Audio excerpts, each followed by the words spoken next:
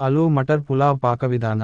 ಪದಾರ್ಥಗಳು: ಬಾಸ್ಮತಿ ಅಕ್ಕಿ 1 ಕಪ್, ಬಟಾಣಿ ಮೆಂತೆ ಸೊಪ್ಪಿನೊಂದಿಗೆ 1-2 ಕಪ್, ಆಲೂಗಡ್ಡೆ 1, ಈರುಳ್ಳಿ 1 ಸಣ್ಣದಾಗಿ ಹೆಚ್ಚಿದ್ದು, ಟೊಮೆಟೊ 1 ಸಣ್ಣದಾಗಿ ಹೆಚ್ಚಿದ್ದು, ಹಸಿರು ಮೆಣಸಿನಕಾಯಿ 1-2 ಸಣ್ಣದಾಗಿ ಹೆಚ್ಚಿದ್ದು, ಶುಂಠಿ ಬೆಳ್ಳುಳ್ಳಿ ಪೇಸ್ಟ್ 1 ಟೀ ಸ್ಪೂನ್, ಅರಿಶಿನ ಪುಡಿ 1-4 ಟೀ ಸ್ಪೂನ್, ಧನಿಯಾ ಪುಡಿ 1 ಟೀ ಸ್ಪೂನ್, ಗರಂ ಮಸಾಲಾ ಪುಡಿ 1-2 tea spoon, kasuri methi 1 tea spoon, ಎಣ್ಣೆ 2 ಟೇಬಲ್ ಸ್ಪೂನ್, ಉಪ್ಪು ರುಚಿಗೆ ತಕ್ಕಷ್ಟು, ನೀರು ಅಗತ್ಯಕ್ಕೆ ತಕ್ಕಷ್ಟು, ಕೊತ್ತಂಬರಿ ಸೊಪ್ಪು ರುಚಿಗೆ ತಕ್ಕಷ್ಟು ಸಣ್ಣದಾಗಿ ಹೆಚ್ಚಿದ್ದು. ಮಾರ್ಗ: ಅಕ್ಕಿ ತೊಳೆಯಿರಿ.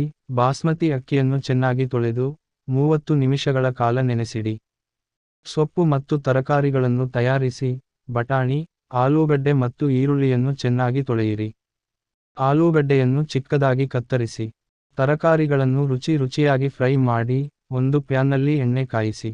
ಈರುಳ್ಳಿ ಸ್ವಲ್ಪ ತಿಳಿ ಬಣ್ಣ ಬರುವವರೆಗೆ ಫ್ರೈ ಮಾಡಿ. ನಂತರ ಟೊಮೆಟೊ, ಹಸಿರು ಮೆಣಸಿನಕಾಯಿ, ಶುಂಠಿ ಬೆಳ್ಳುಳ್ಳಿ ಪೇಸ್ಟ್ ಸೇರಿಸಿ ಚೆನ್ನಾಗಿ ಫ್ರೈ ಮಾಡಿ.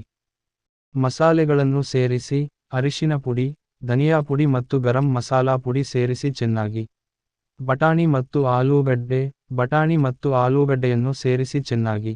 ಅಕ್ಕಿ, ನೆನೆಸಿದ ಅಕ್ಕಿಯನ್ನು ಸೇರಿಸಿ ಚೆನ್ನಾಗಿ. ನೀರು ಅಗತ್ಯಕ್ಕೆ ತಕ್ಕಷ್ಟು ನೀರು, ಉಪ್ಪು ಸೇರಿಸಿ ಚೆನ್ನಾಗಿ ಕುದಿಸಿ. ಮಧ್ಯಮ ಉರಿಯಲ್ಲಿ ಅಕ್ಕಿ ಮೆತ್ತಗಾಗುವವರೆಗೆ ಕುದಿಸಿ. ಕಸೂರಿ ಮೇಥಿ, ಕೊನೆಯದಾಗಿ ಕಸೂರಿ ಮೇಥಿ ಸೇರಿಸಿ ಚೆನ್ನಾಗಿ ಸರ್ವ್ ಮಾಡಿ. ಆಲೂ ಮಟರ್ ಪುಲಾವ್ ಅನ್ನು ಬಟ್ಟಲಿಗೆ ಹಾಕಿ, ಕೊತ್ತಂಬರಿ ಸೊಪ್ಪಿನಿಂದ ಅಲಂಕರಿಸಿ ಬಿಸಿ ಬಿಸಿಯಾಗಿ ಸರ್ವ್ ಮಾಡಿ. ಟಿಪ್ಸ್: ಬಾಸ್ಮತಿ ಅಕ್ಕಿಯನ್ನು ಚೆನ್ನಾಗಿ ತೊಳೆಯುವುದು ಅತ್ಯಗತ್ಯ. ಆಲೂಗಡ್ಡೆಯನ್ನು ಸಣ್ಣದಾಗಿ ಕತ್ತರಿಸಿದರೆ ತ್ವರಿತವಾಗಿ ಬೇಯುತ್ತದೆ. ತರಕಾರಿಗಳನ್ನು ಚೆನ್ನಾಗಿ ಫ್ರೈ ಮಾಡಿದರೆ ರುಚಿ ಹೆಚ್ಚಾಗುತ್ತದೆ. ಅಕ್ಕಿ ಮೆತ್ತಗಾಗುವವರೆಗೆ ಕುದಿಸಿ, ಆದರೆ ಅಂಟಿಕೊಳ್ಳದಂತೆ ನೋಡಿಕೊಳ್ಳಿ.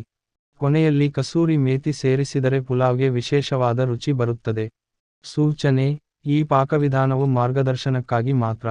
ರುಚಿಗೆ ತಕ್ಕಂತೆ ಪದಾರ್ಥಗಳ ಪ್ರಮಾಣವನ್ನು ಹೊಂದಿಸಬಹುದು. This recipe provides a basic framework. Feel free to adjust quantities and add your own variations.